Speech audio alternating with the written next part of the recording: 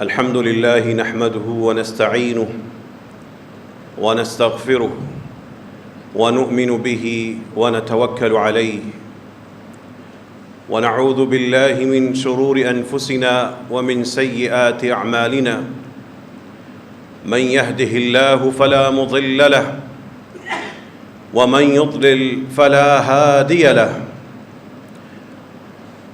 أشهد أن لا إله إلا الله وأشهد أن محمدًا عبده ورسوله أما بعد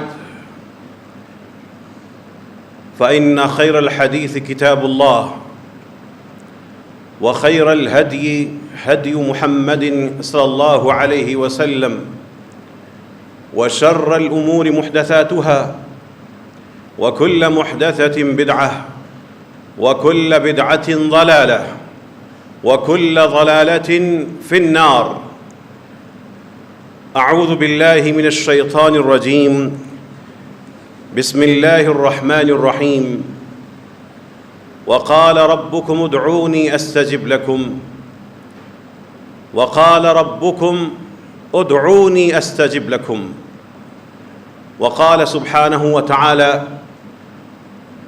ولم أكن بدعائك رب شقيا صدق الله العظيم اللهم صل على محمد وعلى آل محمد كما صليت على إبراهيم وعلى آل إبراهيم إنك حميد مجيد اللهم بارك على محمد وعلى آل محمد كما باركت على إبراهيم وعلى آل إبراهيم إنك حميد مجيد اللهم ربنا آتنا في الدنيا حسنة وفي الآخرة حسنة وقنا عذاب النار اللهم أعافنا في أسماعنا وأبصارنا وأجسادنا وفي دنيانا وآخرتنا اللهم إنا نسألك الشفاء العاجل الكامل لمرضانا اللهم اشف مرضانا وجميع المرضى المسلمين اللهم اغفر لحينا وميتنا اللهم ألحقنا بآبائنا وأمهاتنا وإخواننا وأخواتنا في جناتك جنات النعيم لا إله إلا أنت سبحانك إنا كنا من الظالمين کبھی دعاؤں میں آپ نے اپنا خاندان تلاش کیا ہے؟ کبھی دعاؤں کو سامنے رکھ کر آپ نے اپنا صبح و شام تلاش کیا ہے؟ کبھی صبح جاگنے کو رات کے سونے کو دعا کے ساتھ جوڑ کر لطف اٹھایا ہے؟ کبھی دعاؤں اور مسنون دعاؤں کو سامنے رکھ کر اس میں اپنا چہرہ ڈھونڈا ہے؟ کبھی ان دعاؤں میں اور رسول اللہ صلی اللہ علیہ وسلم کی ان التجاؤں میں کبھی اپنا جسم، کبھی اپنی ہڈیاں، کبھی اپنا خون ڈھونڈا ہے؟ یہ جو دعائیں سنتے رہتے ہیں ان میں سے کچھ مانگتے ہیں، ان ساری دعاؤں کو کبھی اکٹھا دیکھنے کا سوچا ہے؟ کبھی ان مسنون دعاؤں کو اپنا چند دن کا ہدف بنا کر اسی میں غرق ہونے کی کوشش کی ہے؟ ان دعاؤں میں آپ کا سب کچھ ہے. آپ کا سال ہے، ہفتہ ہے، مہینہ ہے، دن ہے، رات ہے، گھنٹہ ہے، لمحہ ہے، حتیٰ کہ ادھر سے آنکھ ادھر پھیرنے تک کا وقت بھی اس میں آپ کا ہے. ان دعاؤں کو اپنے جذبات کے ساتھ کبھی منسلک کیا ہے؟ رسول اللہ صلی اللہ علیہ وسلم کی دعائیں کسی کتاب میں ہوں اور بہت سی کتابوں میں ہیں، ان ننھی ننھی کتابوں کو جمع کر کے اپنے گھر میں دعاؤں کا چھوٹا سا خانہ بنایا ہے، یا اسی انتظار میں ہیں کہ کوئی فی سبیل اللہ تقسیم کرے تو مجھے قرآن اور کتاب مل جائے تو ٹھیک ہے، ورنہ اپنی جیب سے دین پر خریدنے کے لیے کچھ خرچ نہیں کرنا. ان دعاؤں میں گزشتہ خطبہ جمعہ میں اس کا موضوع یہ تھا کہ ان دعاؤں سے اپنا عقیدہ ٹھیک کر لیجئے. اور اس مسجد میں 4 فرقے نہیں 8-10 قسم کے رجحان رکھنے والے لوگ خطبہ جمعہ سننے کے لیے آتے ہیں، اور یہ اللہ تعالیٰ کی میرے پہ اور اس مسجد پر رحمت ہے کہ ہر قسم کے ہر رجحان کے لوگ آتے ہیں. ایک سوال میں نے سامنے یہ رکھا تھا، اپنا عقیدہ درست کرنا ہے.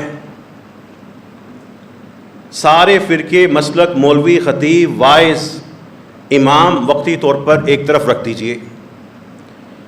ساری دعاؤں کو جا کر جو رسول اللہ صلی اللہ علیہ وسلم سے ثابت ہوں، قرآن میں ہوں یا احادیث میں ہوں، ان کو دیکھ لیجئے.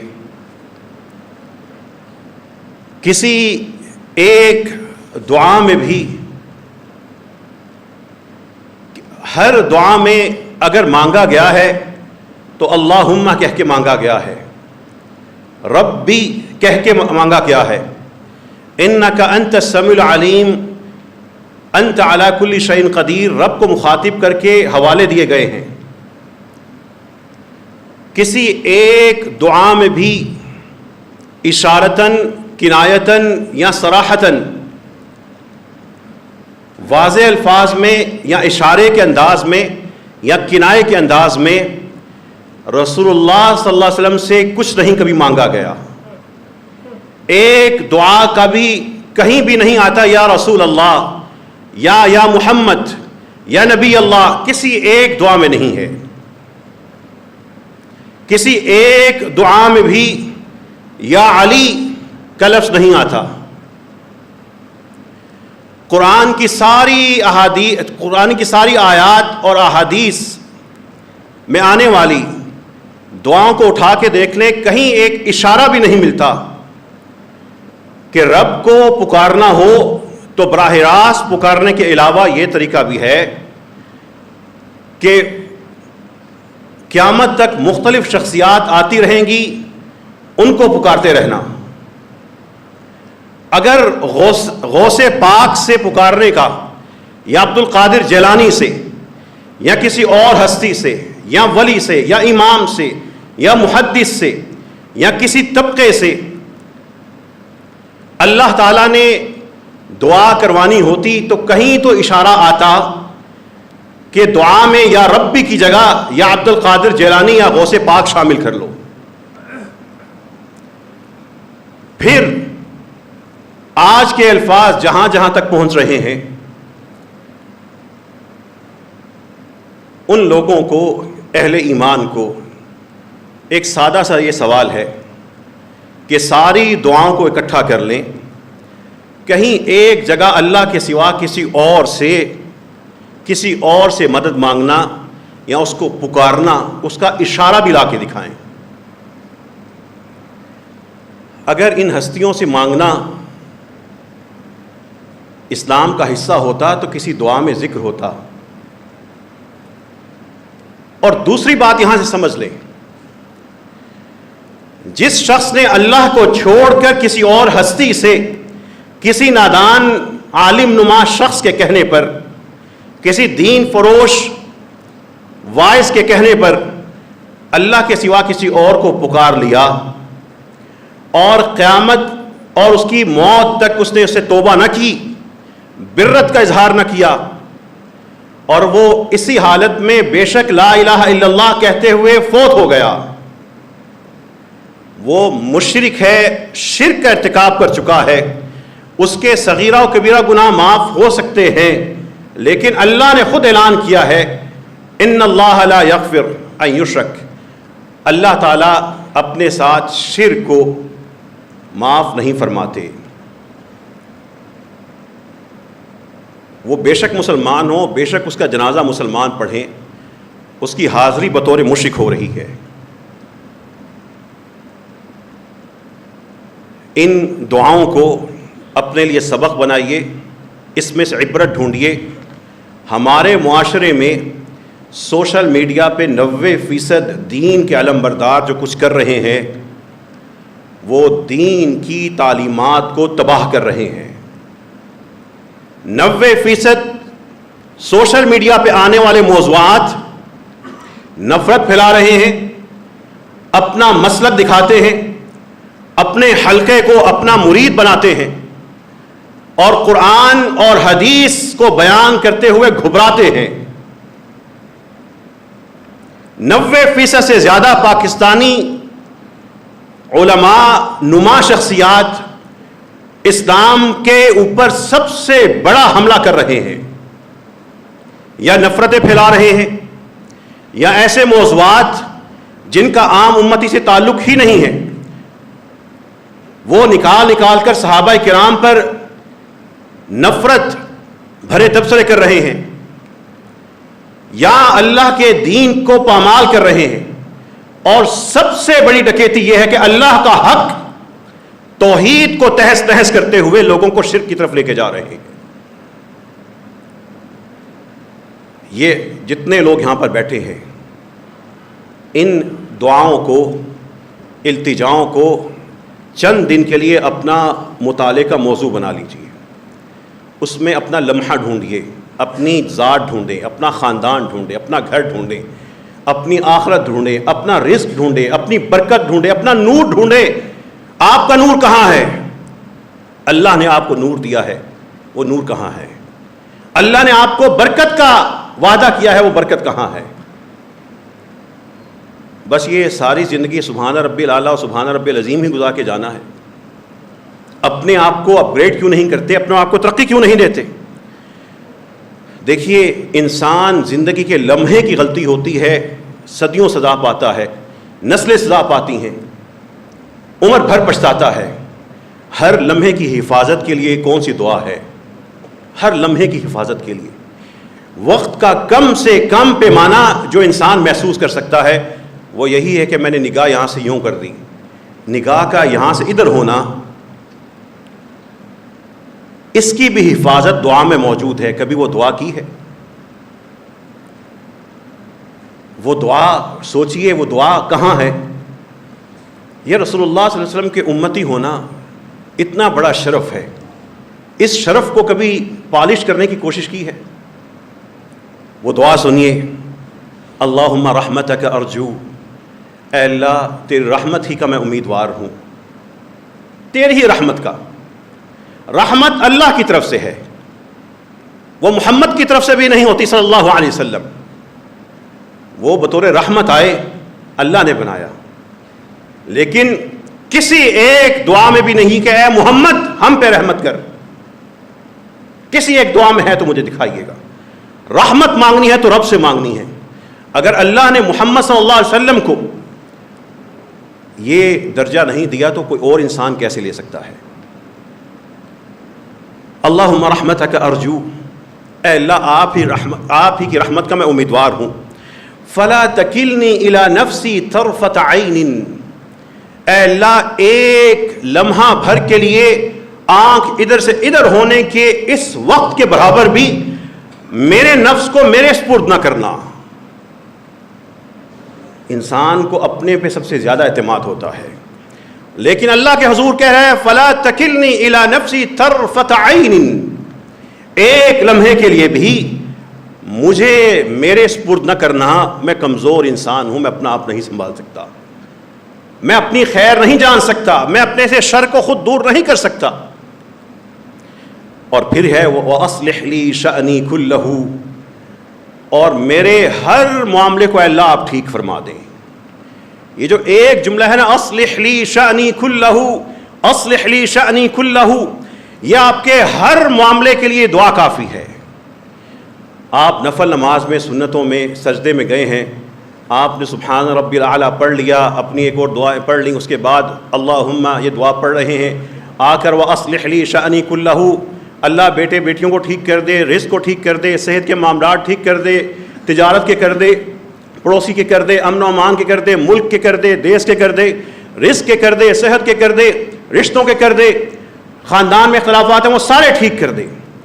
یہ ایک دعا پڑھتے جائیں، اصلح لی شأنی کلہ، 3 جملے ہیں شروع میں، اللہم رحمتک ارجو فلا تکلنی الی نفسی طرفۃ عین واصلح لی شأنی کلہ۔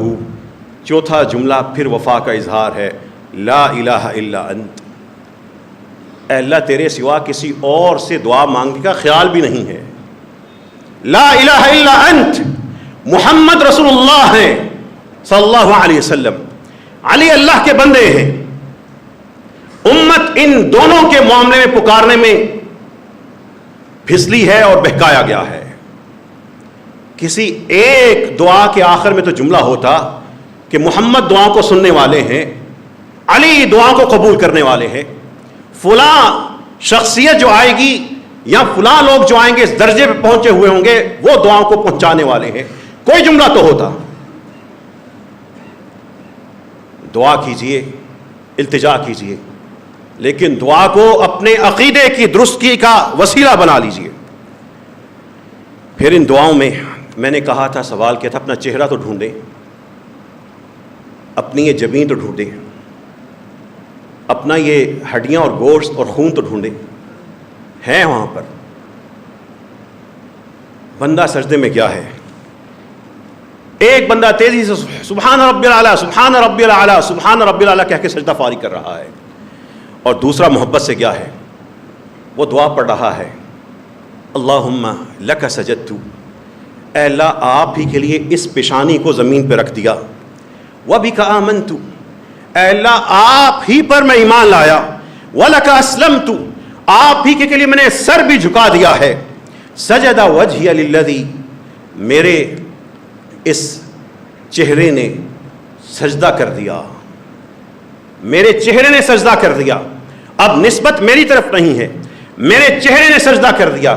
گویا کہ میرا چہرہ ایک جیتا جاگتا باشعور انسان ہے، ایک ایسی جان ہے، ایک ایسا وجود ہے جس کا شعور ہے، اور وہ بھی رب آپ کے سامنے سجدہ ریز ہو رہا ہے. سجد وجہی للذی خلقہ وصورہ وشق سمعہ وبصرہ تبارک اللہ احسن الخالقین. وہ کہہ رہا ہے اے اللہ میرا وہ چہرہ، میرا چہرہ اسی ذات کے لیے، اسی ذات کے لیے، اسی ذات کے لیے زمین پہ جا لگا جس نے اس کو وجود عطا کیا ہے، اس کو شکل عطا کی ہے. وشق سمعہ، اس میں کان لگائے ہیں، وبصرہ، اس کو نگاہیں دی ہیں.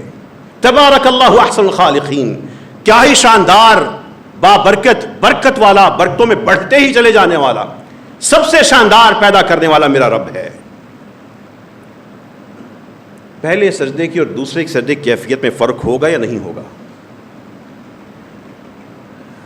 تو سارے رجحان رکھنے والے پیارے اہل ایمان بھائیوں، یہ دعائیں یاد کریں گے تو نمازوں میں لطف آئے گا. یہ دعا آپ کی زبان پہ چلتی ہوگی تو آپ کو سجدے کا لطف آئے گا. جو امام سے شکوہ کرتے ہیں کہ سجدہ لمبا کر دیتا ہے، وہ امام سے شکوہ کریں گے ابھی تو لطف آ رہا تھا، آپ نے اللہ اکبر پھر کہہ دیا. بدل جائے گی دنیا، نیا سجدہ نظر آئے گا.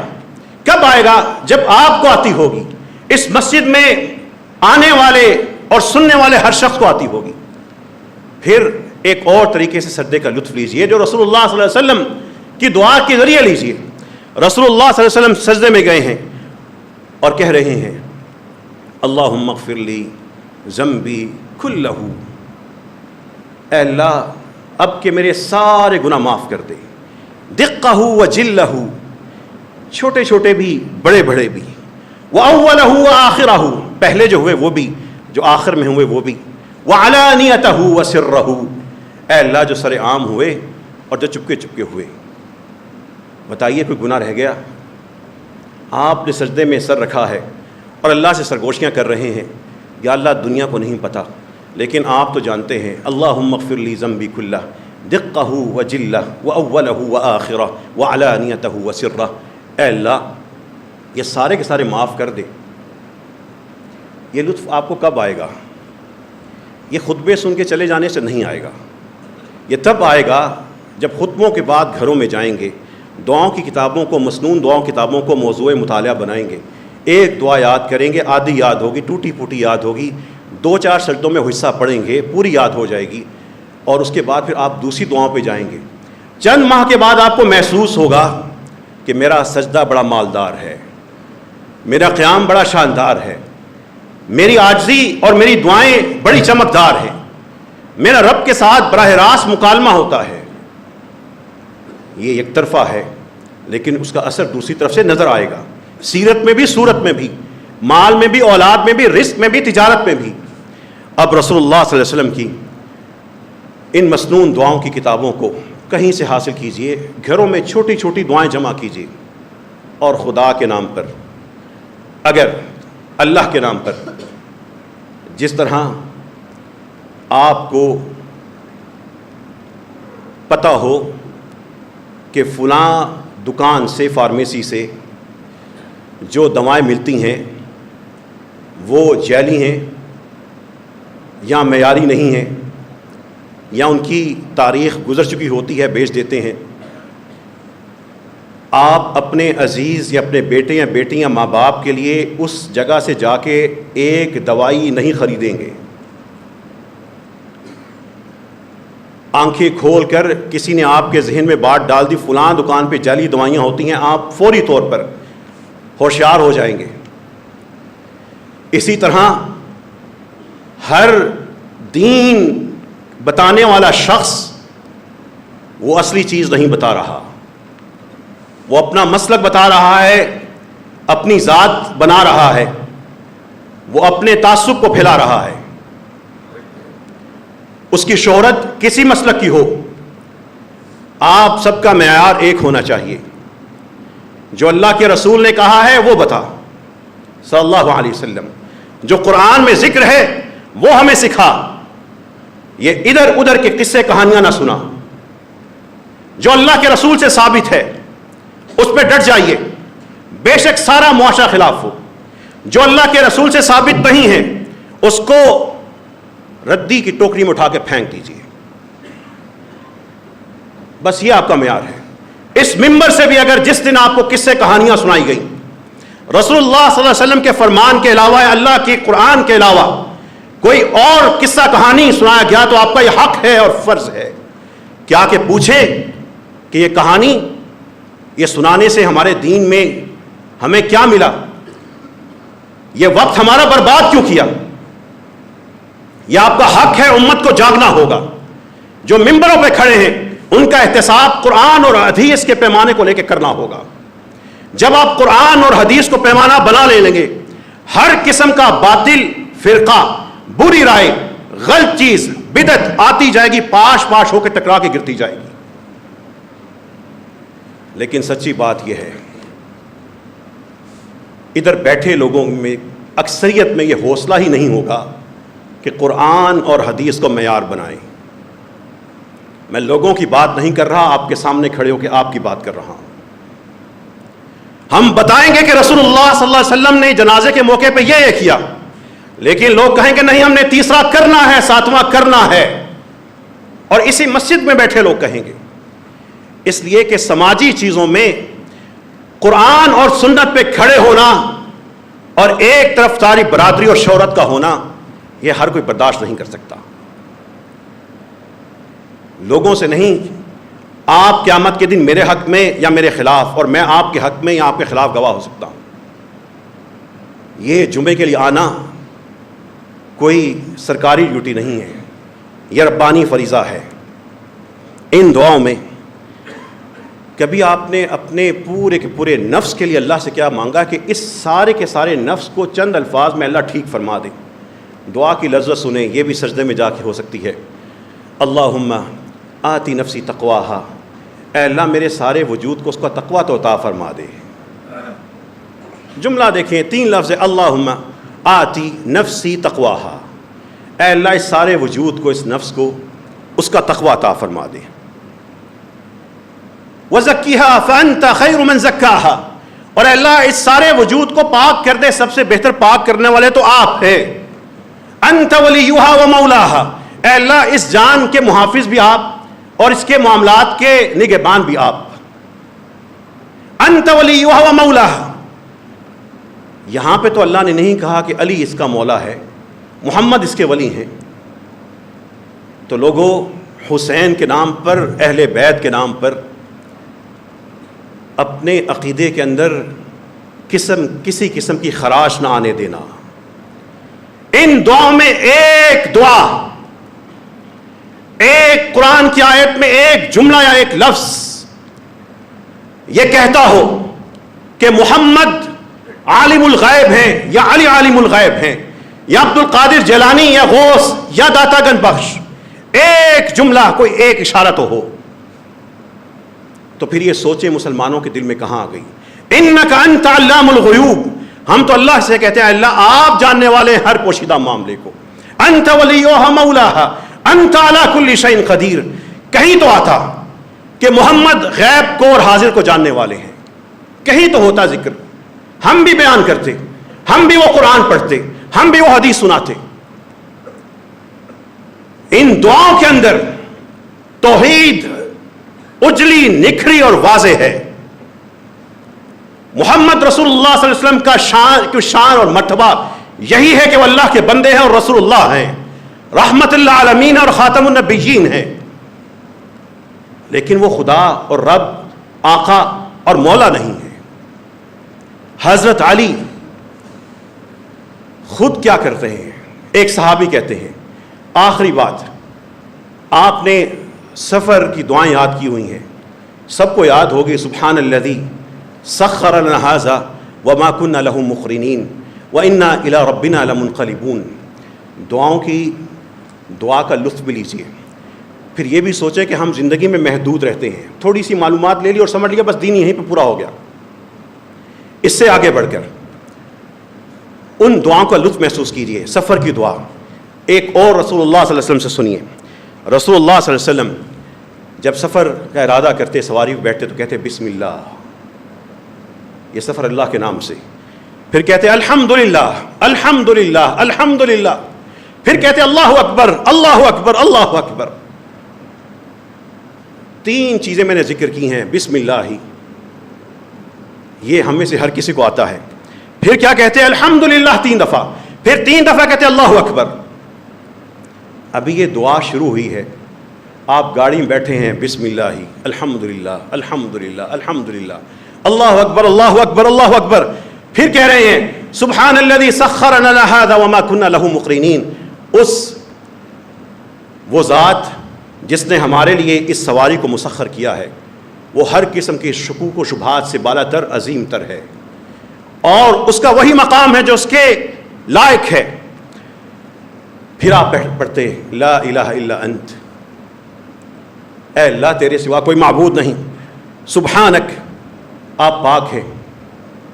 پھر کہتے اللہم انی قد ظلمت نفسی فاغفر لی ذنوبی، اے اللہ اپنے پہ میں نے ستم ڈھائے ہیں، معاف کر دینا. فإنہ لا یغفر الذنوب الا انت، آپ کے سوا کوئی معاف ہی نہیں کر سکتا. یہ جو دعا ہے اس کا ہر جملہ مختلف دعاؤں میں موجود ہے، لیکن رسول اللہ صلی اللہ علیہ وسلم کے صحابی حضرت علی رضی اللہ عنہ ایک سواری پہ چڑھے، یہ دعا پڑھی. پیچھے جو صحابی تھے آپ نے، اور اس کے بعد وہ مسکرانے لگے، دائیں طرف دیکھا اور مسکرانے لگے. حضرت علی اللہ سے کہہ رہے ہیں کہ مجھے معاف کر دے، وہ اللہ سے مانگ رہے ہیں اور ہم ان کو اللہ کے برابر بنا کے چل رہے ہیں. صحابی جو تھے انہوں نے کہا اے علی آپ نے آج ایک دعا پڑھی ہے اس کے بعد مسکرائے ہیں. انہوں نے کہا کہ میں نے رسول اللہ صلی اللہ علیہ وسلم کو اسی طرح یہ دعا جب میں نے پڑھتے سنا تو میں نے اللہ کے رسول صلی اللہ علیہ وسلم سے پوچھا کہ آپ دعا پڑھنے کے بعد مسکرائے ہیں، تو آپ صلی اللہ علیہ وسلم نے کیا کہا؟ اللہ تعالیٰ نے اس وقت یہ ارشاد فرمایا، اللہ کو حیرت ہوتی ہے، خوشی ہوتی ہے اس بندے پر جو لا الہ الا اللہ کہتا ہے، پھر کہتا ہے انی قد ظلمت نفسی، پھر کہتا ہے فاغفر لی ذنوبی انہ لا یغفر الذنوب الا انت.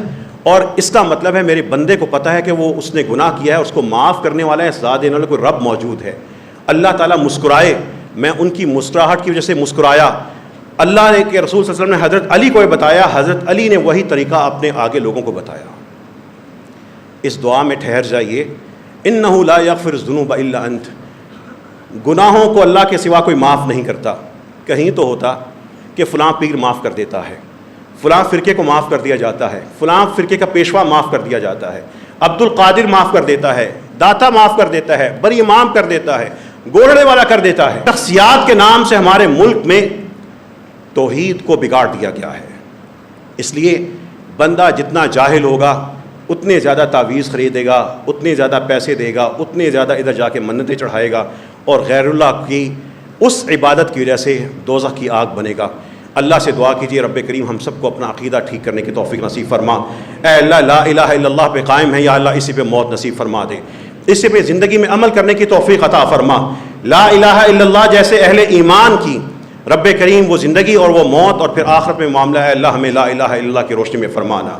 وآخر دعوانا ان الحمد للہ رب العالمین۔ اللہم لک الحمد حمدا کثیرا طیبا مبارکا فیہ، اللہم صل علی نبینا محمد، اللہم بارک علی نبینا محمد، اللہم لک الحمد حتی ترضى، اللہم انا نسألک الدرجات العلی من الجنہ، اللہم انا نسألک شفاعة النبی المصطفى، اللہم انا نسألک الہدى والتقى والعفاف والغنى۔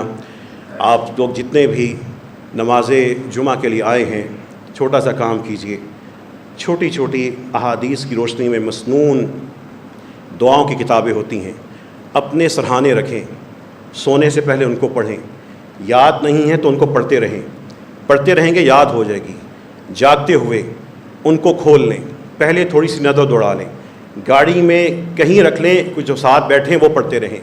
ان دعاؤں کے اندر آپ کا گھر ہے، اولاد ہے، صبح ہے، شام ہے، اتنی خوبصورت پیاری دعائیں ہیں، لیکن ہم زندگیاں گزارتے چلے جا رہے ہیں، ہمیں ان دعاؤں کا پتہ ہی نہیں۔ ایک ننھی سی دعا میں آپ کے سامنے رکھتا ہوں، جب صبح ہوتی تھی رسول اللہ صلی اللہ علیہ وسلم کیا فرماتے تھے، اور اگر یہی الفاظ آپ پڑھ رہے ہوں آپ کی زندگی میں کیا ہی شاندار قسم کے جذبات آئیں گے، کیا ہی اللہ سے تعلق مضبوط ہوگا، کیا ہی اللہ کا قرب محسوس ہوگا، اللہ سے اعتراف ہوگا، اقرار ہوگا، رب کے حضور التجا بھی ہوگی۔ آپ فرما رہے ہیں صلی اللہ علیہ وسلم، اصبحنا، ہماری بھی صبح ہوئی، واصبح الملک للہ رب العالمین، اور تمام کائنات کی اللہ رب العالمین کے لیے صبح ہو چکی۔ اللہم انا نسألک خیر ھذا اليوم، اے اللہ ہم آپ سے آج کے دن کی سب سے بہتر چیز مانگتے ہیں، فتحہ، اس کی فتح مانگتے ہیں، اس میں آسانی مانگتے ہیں، ونصرہ، اور اس کی مدد